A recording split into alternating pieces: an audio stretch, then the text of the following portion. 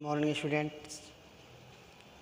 अब इस वीडियो में हम लोग पढ़ेंगे मेंडल्स लॉ।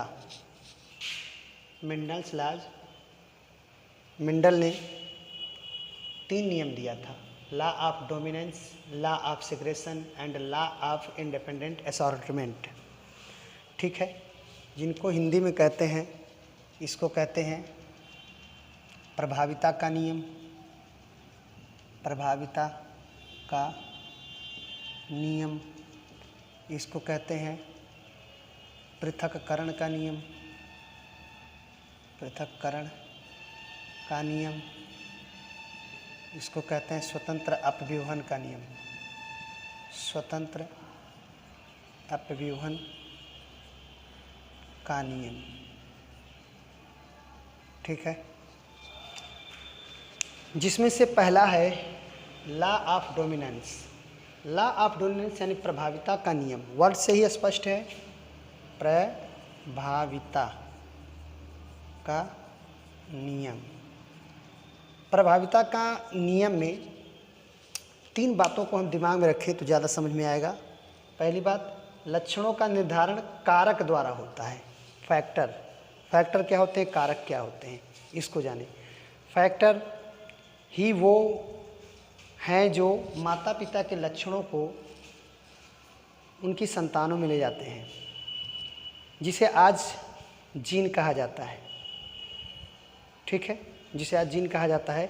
उस समय मेंडल को इस बात का ज्ञान नहीं था, जीन का ज्ञान नहीं था। ठीक है, उस समय उन्होंने इसी जीन को फैक्टर या कारक कहा था। ठीक है, दूसरी बात, जो फैक्टर होते हैं वो जोड़े में होते हैं। ठीक है, पिछले वीडियो में मैंने आपको इसके बारे में बहुत सारी बातें बताया था। ठीक है, फैक्टर के बारे जोड़ी, हाँ फैक्टर के बारे में, जोड़ी के बारे में भी बताया था। तो फैक्टर पेयर में होते हैं। अब पेयर में होते हैं, परंतु कारक जोड़े के 2 असमान सदस्य में से एक कारक दूसरे कारक पर प्रभावी हो जाता है। ठीक है, अब आप ऐसे समझेंगे, जैसे मान लिया 2 प्लांट्स हैं। ठीक है, मटर के 2 प्लांट्स हैं। एक को मान लिया मेल, एक को मान लिया फीमेल। इसको मान लिया प्रभावी, इसको मान लिया अप्रभावी। हालांकि ये अभी मानना ठीक नहीं है। ठीक है, तो जब अभी मानना ठीक, हालांकि पिछली वीडियो मैंने आपको ये बता दिया था, तो आप अभी ये मानिए, प्रभाविता के नियम में अभी आप ये मानिए कि कोई प्रभावी आप नहीं जानते, कोई अप्रभावी भी आप नहीं जानते। ठीक है, इसलिए मैं यहाँ से मिटा देता हूँ, क्योंकि आपको मैंने पिछली वीडियो में बताया था कि अप्रभावी को स्मॉल लेटर से और प्रभावी को कैपिटल लेटर से लिखा जाता है। इसलिए आप पहले से दिमाग में ये ले आ सकते हैं कि यही अप्रभावी, यही प्रभावी है। अभी आप कुछ मत मानिए, अभी आप ये मानिए कि जो है एक मेल है, एक फीमेल है। ठीक है, एक मेल है और एक फीमेल है, तो इनका हम क्रॉसिंग कराने जा रहे हैं। देखते हैं क्या होता है क्रॉसिंग कराने पर। F1 पीढ़ी में हम क्रॉसिंग करा रहे हैं। ठीक है, तो यहाँ पर क्या होगा, एक पुनेट थे, उन्होंने स्क्वायर का नियम दिया था, जिससे जो है ये सुविधा हो जाता है क्रॉसिंग कराना। जैसे मान लिया आप ऐसे बनाएंगे, मैक्सिमम कितने जीन हैं, 4, 1 2 3 4। ठीक है, तो इसलिए आप ऐसा स्क्वायर बनाए जिसके अंदर 4 स्क्वायर बने। 4 है तो 4 ही बने, ऐसे बन गया। अब इस टी को ऊपर लिख लीजिए और इस टी को यहाँ लिख लीजिए, हो गया। अब इसका संकलन कराएंगे, यानी कि इसका इसमें कराएंगे, क्या हो जाएगा, टी। इसका इसमें कराएंगे तो टी, इसका इसमें कराएंगे तो टी, इसका इसमें कराएंगे तो टी। समझ रहे हैं कैसे हो रहा है? अरे भाई ये हटी, सीधी बात है। ठीक है, तो मेंडल ने क्या देखा ऐसा कराने पर, कैसा कराने, कब कराने पर, जब समान लक्षणों के 2 विपरीत जीन, समान लक्षणों के 2 विपरीत रूप लिए जाते हैं। ध्यान दीजिएगा, समान लक्षण है, लक्षण क्या है, लंबाई, एक लंबा एक बौना। समझ गए ना मेरी बात? तो लक्षण क्या है, लंबाई, एक लंबा एक बौना, और रूप क्या है, विपरीत, एक लंबा है एक बौना है। और लक्षण क्या है, लंबाई, दोनों लंबाई की बात हो रही है, चाहे बौना हो चाहे लंबा हो। समझ रहे मेरी बात? कन्फ्यूज ये अक्सर लोग हो जाते हैं इसमें। तो सुन लीजिए, लक्षण समान है, लक्षण क्या है, लंबाई का, परंतु विपरीत रूप है। एक क्या है, लंबा एक बौना। ये ध्यान रखेंगे। विशुद्ध भी है। विशुद्ध का मतलब तो आप पिछले वीडियो में बताया था मैंने। विशुद्ध का मतलब होता है जब दोनों जीन समान हों। यहाँ देखिए दोनों जीन समान, ये भी विशुद्ध है, यह भी विशुद्ध है, ठीक है ना। मिक्स नहीं है इसमें, संकर नहीं है, विशुद्ध है। संकर को उल्टा विशुद्ध। संकर का मतलब एक जीन दूसरा और एक जीन दूसरा, जैसे बड़ा लेटर टी रहता और एक छोटा लेटर टी एक ही जीन में रहता है, एक ही गैमीट में रहता है, जैसे ये और ये, तो ये संकर हो गया क्योंकि दोनों समान जीन नहीं है। एक लंबेपन का जीन प्रेजेंट है और एक बौनेपन का जीन प्रेजेंट है। इस वजह से यह क्या है, ये समान जीन नहीं है, यानी संकर है, हाइब्रिड है, ठीक है। और ये क्या, समयुग्मजी होना चाहिए, मतलब समझ ना, यानी कि दो विशुद्ध लक्षण वाले परंतु विपरीत रूप वाले, ठीक है ना। मेल और फीमेल का जब आपस में संकरण कराया जाता है तो मेंडल ने क्या देखा कि इसमें चारों की चारों संतानें लंबी पैदा हुई, टाल है, ड्वार्फ कोई नहीं हुआ। चारों की चारों क्या पैदा हुई, लंबी जब पैदा हुई तो मेंडल ने फिर अगली पीढ़ी में भी कराया तो वहाँ पर कुछ और पाया है। तो आगे बात है, अभी आप ये जानिए कि ये लंबी क्यों पैदा हुई। तो उन्होंने इसके कारण का पता लगाया तो पता चला कि उसमें जो है, मतलब और भी जगह इसी तरह से प्रयोग किया है, ठीक है, दो विशुद्ध लक्षण लेकर परंतु विपरीत रूप वाले। तो उन्होंने क्या देखा कि ये जो लंबापन सारे लोगों में आया उसमें से वह लंबापन का जीन किसमें था, इसमें था। तब उन्होंने इस आधार पर कहा कि चारों संतानों में गैमीट जो जोड़ी में होते हैं तो देख क्या रहे हैं कि लंबापन का भी जीन है, बौनेपन का भी जीन है, परंतु बौनेपन का जीन शो नहीं हो रहा है और लंबेपन का जीन शो हो रहा है। मतलब लंबेपन का जीन शो नहीं, मतलब ये कहना ठीक नहीं होगा, ये कहेंगे कि लंबेपन का जो लक्षण है वो दिख रहा है संतान में, लेकिन बौनेपन का नहीं दिख रहा है। इससे उन्होंने एक नियम दिया, प्रभाविता का नियम। उन्होंने ये कहा कि एक जीन वो होता है जो अपना प्रभाव नहीं प्रदर्शित कर पाता और एक जीन वो होता है जो अपना प्रभाव प्रदर्शित कर पाता है, ठीक है। तब इसी को कहा गया प्रभाविता का नियम, जिसमें गैमीट के एक जीन प्रभावी होता है और एक जीन अप्रभावी होता है, ठीक है। इसी को कहा उन्होंने प्रभाविता का नियम, लॉ ऑफ डोमिनेंस, ठीक है। आए बात समझ में। तो इस तरह से इन्होंने अपना पहला नियम दिया, यही है प्रभाविता का नियम। अब यहाँ समझे, कारक जोड़े के दो असमान सदस्य, कारक जोड़े के दो असमान सदस्य मतलब विपरीत, जैसे एक लंबा एक बौना में से एक, कारक जोड़े के दो असमान सदस्य में से एक, हम कुछ दूसरा बताने जा रहे थे, क्षमा चाहेंगे। कारक जोड़े के दो असमान सदस्य मतलब ये है कारक का जोड़ा टी, यहाँ भी है कारक का जोड़ा टी में से एक कारक दूसरे कारक पर प्रभावी हो जाता है। जैसे देखिए, ये अब मान लिया यहाँ से जो 4 संतान बनने की संभावना है उसमें से मान लिया यह एक जो है जोड़ा है, तो इस जोड़े में एक दूसरे पर प्रभावी हो गया है, देखिए प्रभावी हो जाता है, तथा दूसरा अप्रभावी रह जाता है, यानी दूसरा है ये वाला टी प्रभावी हो गया, ये वाला टी अप्रभावी रह गया। इसी को कहते हैं प्रभाविता का नियम, ठीक है। तो यह है प्रभाविता का नियम। नोट में मैंने उसको शॉर्ट में एक्सप्लेन किया है, उसको आप समझिएगा, नोट मैंने सेंड भी कर दिया है, ठीक। तो यह प्रभाविता का नियम। अब बताएंगे मेंडल का दूसरा नियम जिसे कहते हैं लॉ ऑफ सेग्रेगेशन, यानी पृथक्करण का नियम, ठीक है। तो नेक्स्ट नियम में, नेक्स्ट लॉ में इन्होंने कुछ नया नहीं किया, बल्कि क्या किया कि जो ये संतानें थी, ये प्लांट है आखिर करना, तो इनका फ्लावर होगा, तो इनके फ्लावर का आपस में सेल्फ पॉलिनेशन करा दिया, स्वपरागण, ठीक है। यानी F2 पीढ़ी की तरफ बढ़े, वो यहीं से F2 पीढ़ी की तरफ बढ़े। यानी मैं आपको बताऊंगा लॉ ऑफ सेग्रेगेशन, ठीक है। अब देख लीजिए, इनको जरूरत पड़ेगी आगे, इन्हीं का आपस में स्वपरागण कराएंगे, सेल्फ पॉलिनेशन करा देंगे, लॉ ऑफ सेग्रेगेशन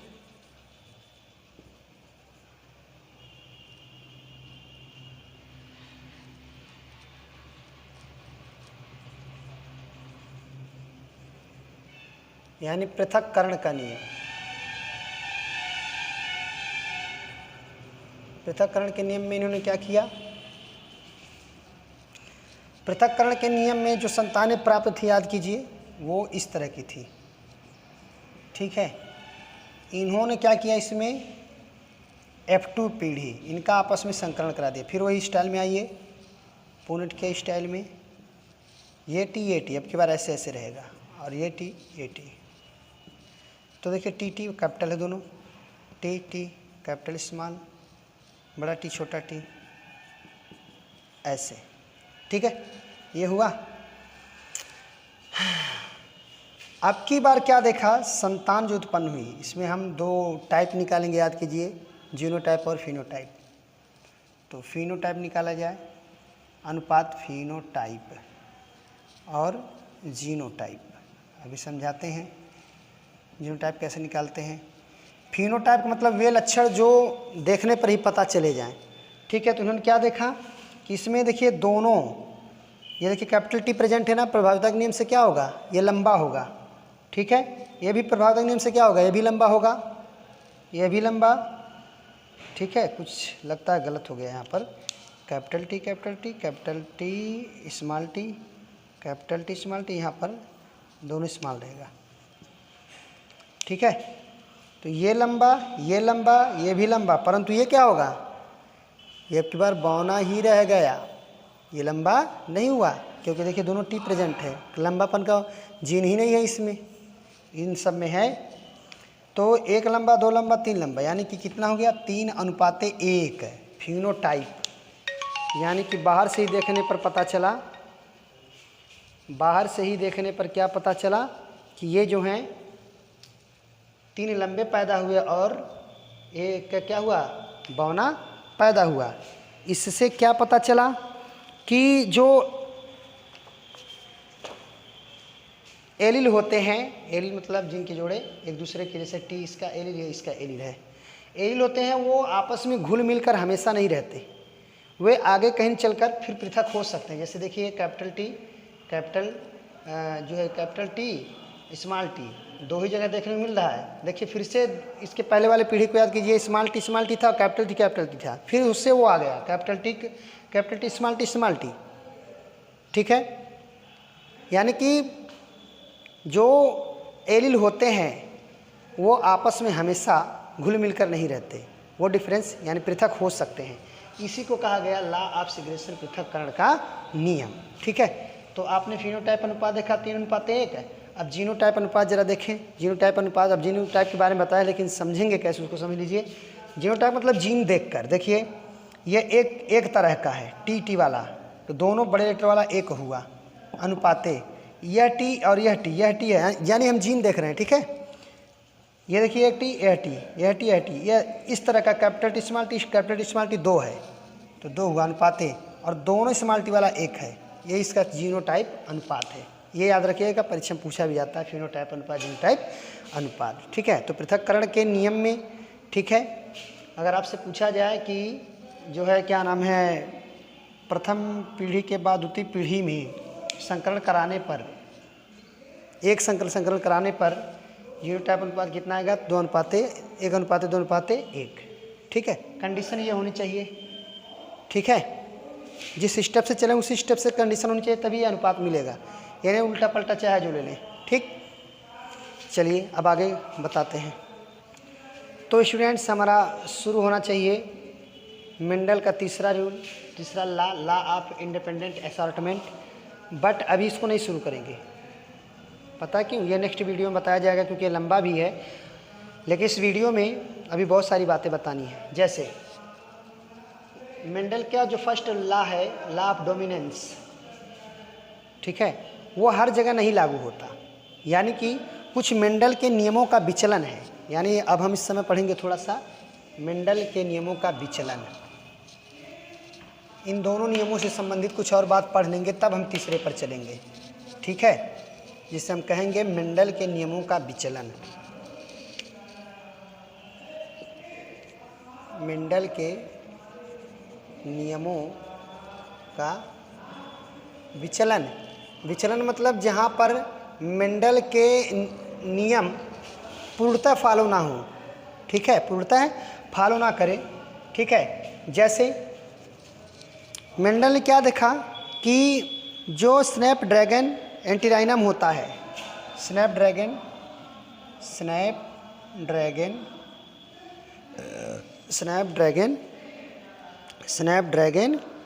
जो है एंटीराइनम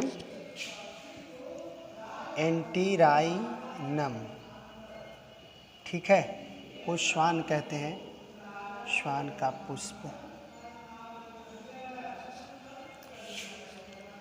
में जब सेम कंडीशन लिया तो इसमें इसी फ्लावर का दो कलर लिया, एक रेड था उसको मान लेते हैं कैपिटल आर और एक सफ़ेद था जिसे मान लेते हैं स्मॉल आर, ठीक है। और इनका F1 पीढ़ी में संकरण कराया, ठीक है। तो हुआ क्या, आप तो जान ही गएंगे कि यहाँ पर किस प्रकार के गैमेट बनेंगे या संतानें उत्पन्न होंगी। तो देखिए बड़ा रेटर स्मॉल ये बनेगा, क्यों, चारों ही ना प्रभाविता के नियम से, सॉरी फूनट के नियम से ही होगा ना। तो इसमें क्या होना चाहिए, मान लिया यह मेल है, यह फीमेल है, और मेल में यह हम कैपिटल आर लिखा है हमने, तो इसका मतलब क्या हुआ, प्रभावी ना, और ये क्या हुआ, अप्रभावी,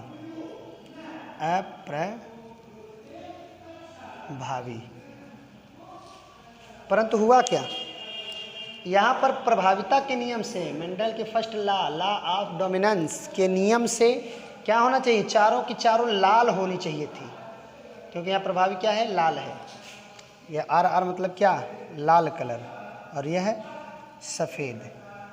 लेकिन मेंडल ने क्या देखा, कोई ना तो लाल हुआ ना तो कोई सफ़ेद हुआ, बल्कि इनके बीच की स्थिति जो होती है गुलाबी। आप कल्पना कीजिए कि लाल और सफ़ेद रंग मिलाएंगे तो कौन सा कलर बनेगा, गुलाबी।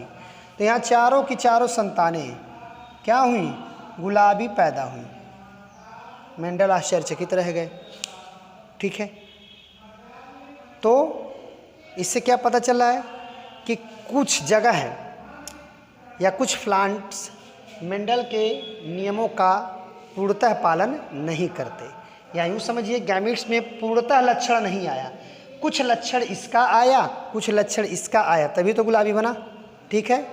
पूर्ण लक्षण कहीं नहीं आ रहा, ना तो पूरा का पूरा सफ़ेद हो रहा है ना तो पूरा का पूरा लाल, इसीलिए यह है क्या है, अपूर्ण है। इसलिए कहते हैं इसे हम जो है अपूर्ण प्रभाविता का नियम, इसे कहते हैं अपूर्ण प्रभाविता या अपूर्ण प्रभाविता का नियम, कुछ भी कह सकते, ठीक है। इनकम्प्लीट डोमिनेंस,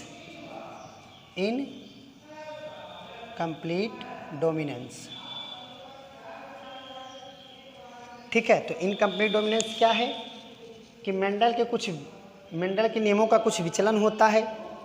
जैसे स्नैपड्रैगन एंटीराइनम के फ्लावर लिए गए, जिसमें एक रेड था एक वाइट था, तो रेड और वाइट का F1 पीढ़ी में जब संकरण कराया गया तो उन्होंने देखा कि चारों की चारों संतानों में न तो सफ़ेद का गुण आया, उनके पहले नियम के अनुसार न तो सफ़ेद ही आया ना ही लाल आया, बल्कि इनके बीच की स्थिति आई, अर्थात लाल भी कुछ प्रभाव दिखाया और जो है सफ़ेद भी कुछ प्रभाव दिखाया, लेकिन किसी ने पूरा प्रभाव नहीं दिखाया। इसी को कहते हैं अपूर्ण प्रभाविता का नियम। चाहे तो आप सेकेंड स्टेप में भी इसका जब करके देखेंगे, मेंडल ने जब सेकेंड स्टेप में भी करके देखा तो उसमें भी पाया, जैसे इसमें सेकेंड स्टेप करके देखा जाए, अब इन्हीं का जो है आपस में क्या करा दिया जाए, संकरण करा दिया जाए, क्रॉस करा दिया जाए, ये एक इसको ले लीजिए, आर आर आर आर तो अब कौन सी पीढ़ी होगी, F2 जनरेशन। फिर वही काम ऐसे ऐसे आर आर ये दोनों हो गए, आर आर ये दोनों हो गए, तो आर आर आर आर, ठीक है, आर आर और यहाँ आर आर। तो अब यहाँ पर तो जाहिर है जब कोई दूसरा जीन यहाँ नहीं प्रेजेंट है तो जिस कलर में ये उसी कलर का होगा, तो क्या होगा, रेड। इसका भी कोई जीन नहीं, आज एक ही समान जीन है तो इसी का गुण दिखेगा। परंतु इसमें प्रभाविता के नियम से जो प्रभावी लक्षण था कैपिटल R वाला लाल होना चाहिए था, यहाँ पर लाल नहीं देखने को मिला, यानी यहाँ पर फिनोटाइप अनुपात क्या मिला है, फिनोटाइप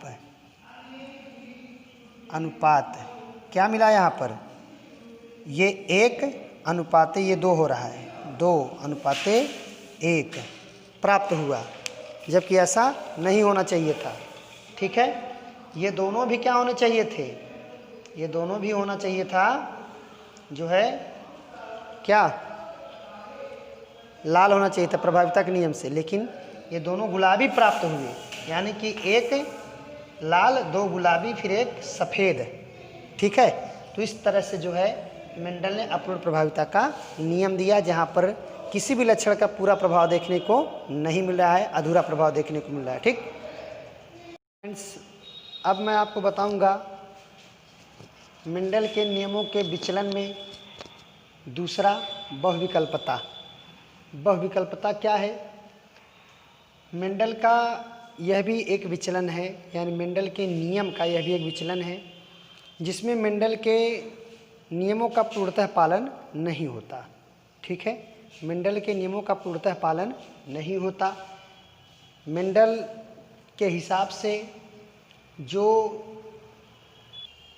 एलील होते हैं वो मिनिमम 2 होते हैं, मैक्सिमम 2 होते हैं। ठीक है, लेकिन बहुविकल्पता में देखा गया कि एक एग्जाम्पल लेते हैं ब्लड का, blood group A, B, AB और O।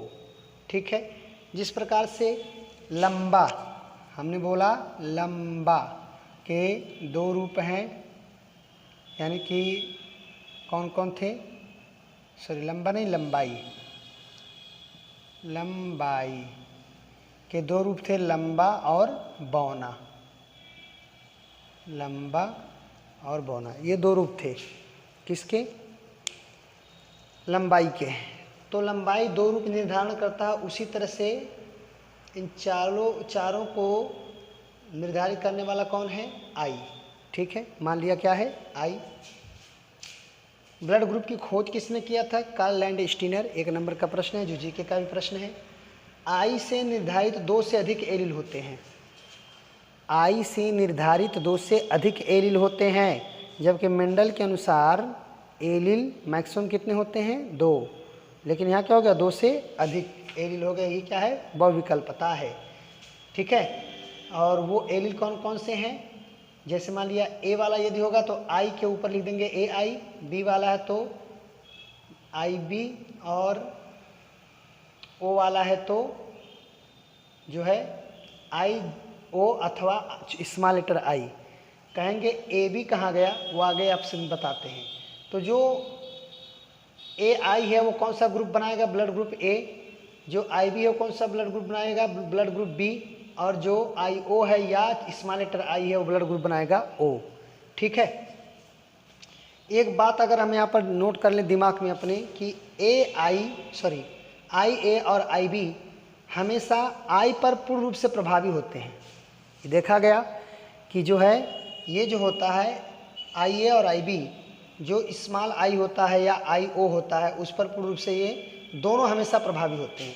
तो जब इनके बीच क्रॉस कराएंगे तो जो अप्रभावी होगा, प्रभाविता के नियम से जो है प्रभावित लक्षण दिखाई देने चाहिए, अप्रभावी लक्षण नहीं दिखाने चाहिए। ऐसा होता भी है, आगे चलकर देखते हैं। जैसे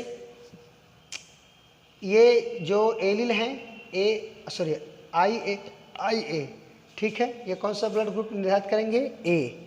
और ब्लड आई बी ये जो एलील है क्या कौन सा ब्लड ग्रुप बनाएंगे, बी।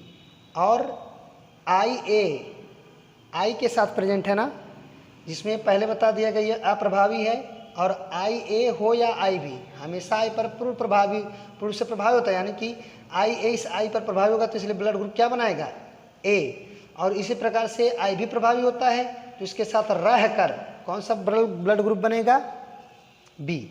ठीक है, तो इस प्रकार से हमने क्या देखा कि कौन सा एलील किसके साथ प्रेजेंट होकर कौन सा ब्लड ग्रुप बना रहा है। ठीक, अब यदि आई ही साथ हों, आई तो चूँकि जब आई साथ है तो इसके साथ कोई प्रभावी नहीं है, तो वो क्या बनेगा,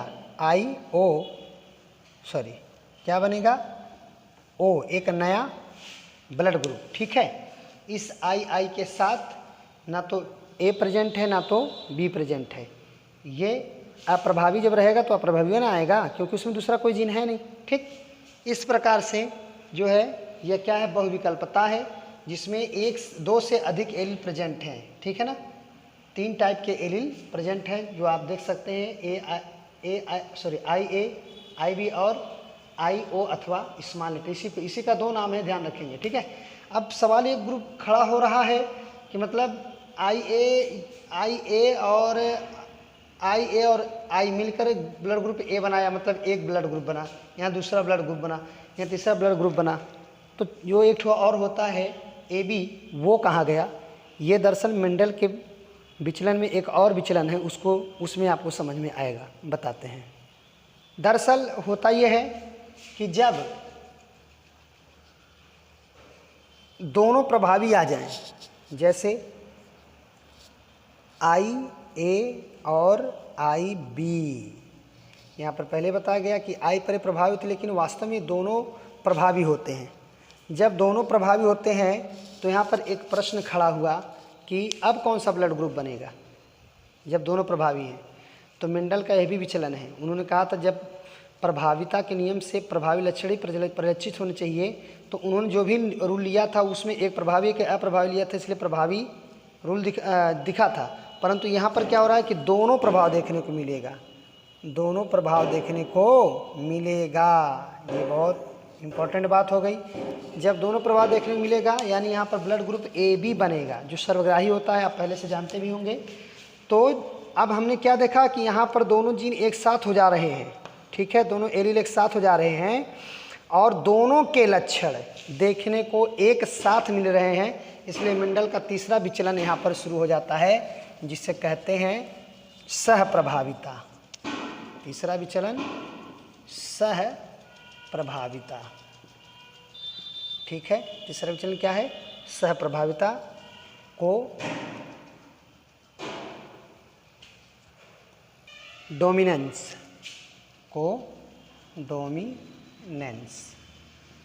तो कोडोमिनेंस क्या है, जब देखिए यहाँ पर आई ए और आई बी ये दोनों एलील क्या बना रहे हैं, कौन सा ब्लड ग्रुप ए बी। ठीक है, तो ये तो ब्लड ग्रुप ए बी तो आप जान गए कहाँ से मिला, बशर्ते ये जो है देखिए एलील जो है एक साथ हैं। ठीक है, तो इन दोनों का प्रभाव एक साथ देखने को मिलेगा, यानी कि जो है इसी प्रकार से एक जीव हो, मान लिया जिसके शरीर का रंग वाइट हो। ठीक है, और एक जीव हो जिसके शरीर का रंग जो है ब्लैक हो। ठीक है, मान लिया प्रभावी है,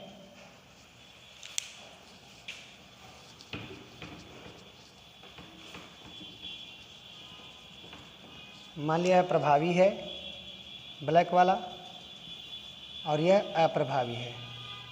ठीक है, और दोनों का क्रॉस कराया गया तो क्या देखा गया कि जो संतान उत्पन्न हो रही